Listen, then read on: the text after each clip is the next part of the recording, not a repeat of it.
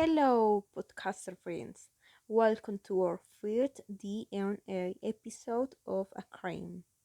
My name is Andrea Gutierrez, and on this occasion, we will talk about Daniel Camargo Barbosa, also nicknamed the Sadist of the Charquito. Prepare to listen to crimes that will make your hair stand on end. I recommend you look for your hearing aids and sit in a comfortable place. He was born on January 22, 1930 in La Mesa, Cundinamarca. In his childhood, he lost his mother when he was only 1 year old.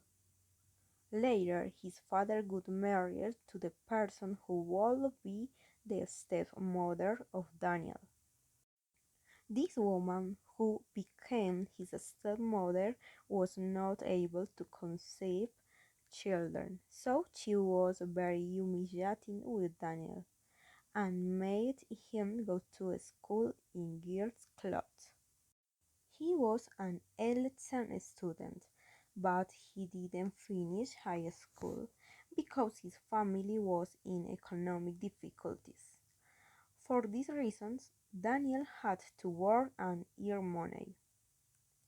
After his difficult childhood, when he became an adult, he married Alcira Castillo, who would be unfaithful to him years later with another man. These events may have been the trigger for his hatred of women and the beginning of his mental problems.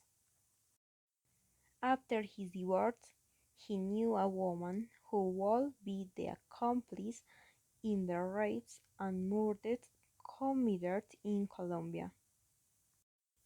In Colombia, his mode of operation was his partner dug and drove the victims away.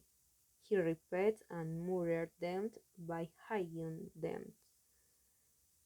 He would then dispose of the body by throwing it into the Charquito, in the north of Soacha. For this, he was given the pseudonym of the Sadist of the Charquito.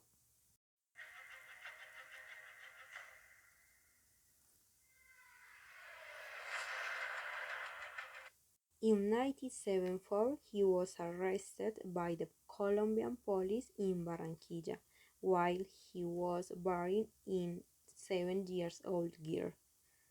At the time he was captured, he was carrying in his hatband the bloody garments of the last girl he had just murdered, were the belongings that took Daniel Camargo to prison. In 1977, he was taken to the penitentiary La Gorgona, which was located on an island. He was deprived of his freedom until 1984 when he decided to escape, having to row himself off the sea and travel for 3 days adrift without food and water. Following his shipwreck, he arrived on the Ecuadorian coast to plan terror.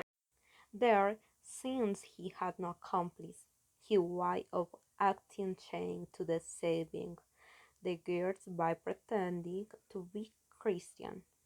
He took them to places where they were supposed to build a church, pretending to be a good person, and in that same place, he raped and murdered them.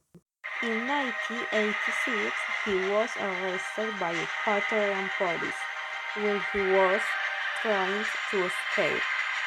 This evidence was led to his interrogation with Warhead, and he confessed to having killed 72 girls and women, which is probably a lie, and there are around 100 or 200 victims in his entire life. In my personal opinion, if he had not had so many traumatic events, he could have been a great person and very intelligent. But his life took a wrong path. But unfortunately, he was a very bad person who, in addition, his wife got him bitterness for his abuse. See you soon, friends. Don't miss the next episode of DNA of a Crime.